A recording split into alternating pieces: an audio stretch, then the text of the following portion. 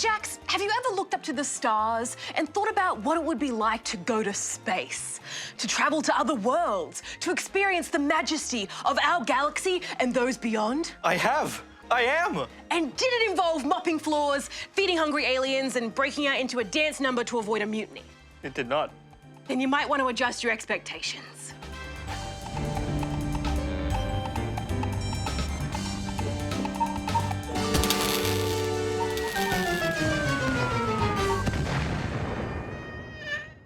Spacelines From The Farout is a roguelike co-op management game where you and up to 3 friends team up to keep your transport ship and its paying passengers in one piece as you travel to Gambulon 5, the jewel of the galaxy.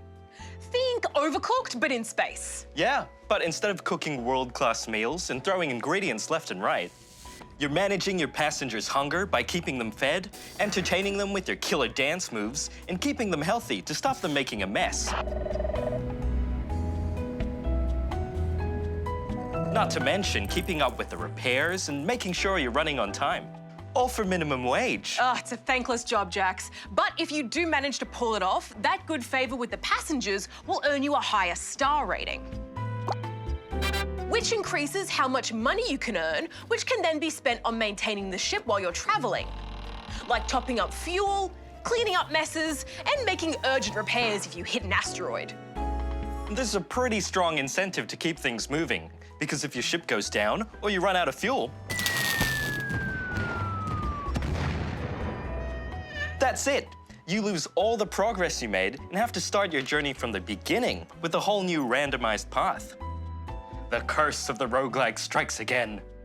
You can purchase insurance for your ship to keep a hold of it or use banks to stash money away in, but those are really your only safeguards. And because you never know what that next trip is gonna look like, you're always weighing up the pros and cons of shelling out for that extra protection. If I spend this money now, will I have enough for fuel or repairs later down the line? Purchasing upgrades is a whole other money sink to consider. There's so many things you can add to your ship, as well as improvements you can make to existing stations, like your cooking systems or your engine. Whether you're playing solo or with friends, the further out you get, the more of a fight it becomes to keep things running. I think by the end, we were settling for staying in one piece. With a full crew, it feels quite natural to fall into a role, whether it be cooking, repairing, navigating, steering, or keeping track of which devices get their share of your limited power. Though it was a bit hard to keep track of who was where, because we all look so similar. I would have really appreciated some more customization options for our characters from the get-go. Yeah, it would have been nice.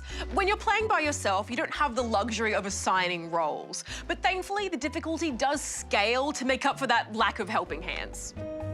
For those first few stops, it did make gameplay feel a little less engaging, just waiting for something to happen. But things quickly picked up, and before I knew it, one of my bored passengers had sabotaged the gravity. We'd run out of power, and boom, an asteroid one-shotted me.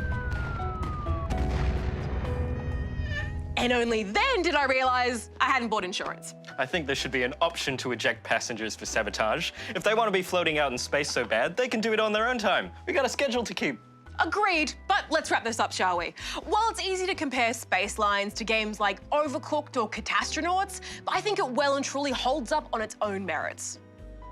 It's delightfully silly fun, and though those first few trips can feel slow, that ever-present threat of having to start all over again keeps the tension high and pushes you to do better every run. I'm giving Spacelines From The Farout 4 out of 5 rubber chickens. I'd normally expect a game like this to rely on the fun that you make with your friends. But the way that Spacelines has you walking that tightrope of risk versus reward keeps things just as chaotic and intense playing solo too. I would have liked to see some more customization options, or maybe even some more game modes to sink your teeth into. But what's here has a lot of replayability, and is definitely a game I can see myself coming back to rile up my friends. So it's gonna be 3.5 out of 5 rubber chickens from me. Oh no, Jax, it's the asteroid! It's